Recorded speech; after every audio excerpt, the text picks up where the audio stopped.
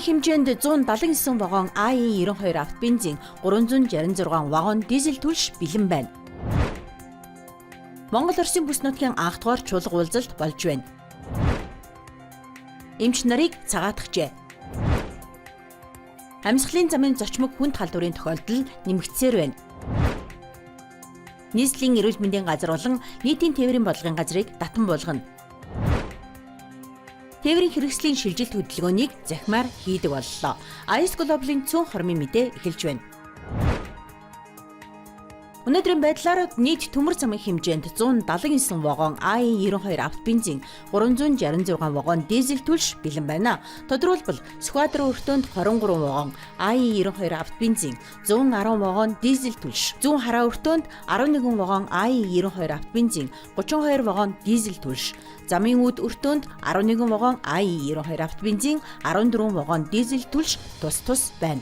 Мөн толгойд өртөөнд 42 вагон АИ-92 автобензин, 34 вагон дизель түлш, Аршаанд өртөөнд 7 вагон АИ-92 автобензин, 17 вагон дизель түлш, Улаанбаатар өртөөнд 11 вагон АИ-92 автобензин, 7 вагон дизель түлш, Дархан өртөөнд 2 вагон дизель түлш, Сайн шанд өртөөнд 12 вагон АИ-92 автобензин тус бууж байна.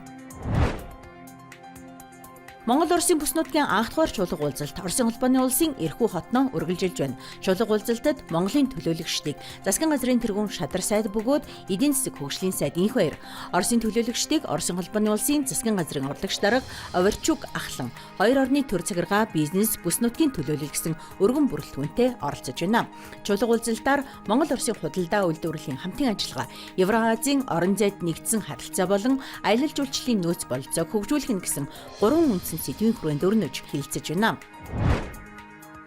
Яралтай дуудлагын дагуу очиж эмчийн үзлэг хийхдээ өвчтний биеийн болон эмнэл зүйн байдлыг бүрэн гүйцэд үнэлээгүй, эмнэлэгт тээвэрлэн хүргээгүй улмаас хүн нас барсан гэмт хэрэгт нийслэлийн төрийн тусламжийн төвийн их эмч ГХЭ энэ нарыг буруутган анхан шатны шүүхээс эрүүгийн хариуцлага хүлээсэн.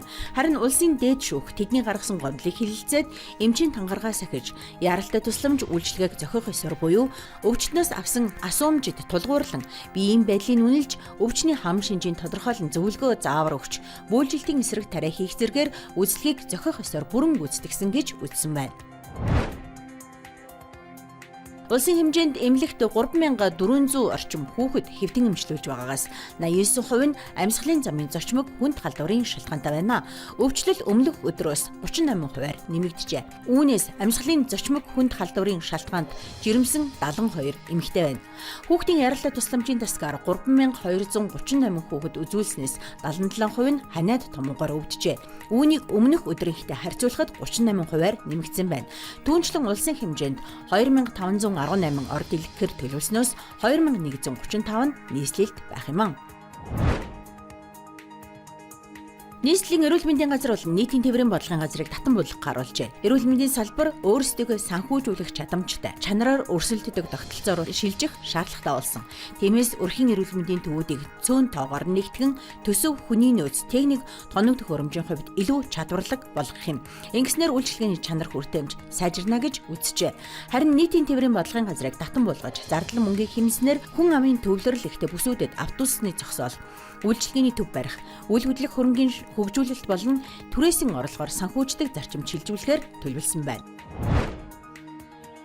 Тээврийн хэрэгслийн шилжилт хөдөлгөөнийг захимаар хийдэг боллоо. Тодорхойлбол Mongolia системээр хүсэлтэд илгээж тоон гарын үсгээ ашиглан тээврийн хэрэгслийн цахим гэрчлэгийг авах бүрэн боломжтой болжээ.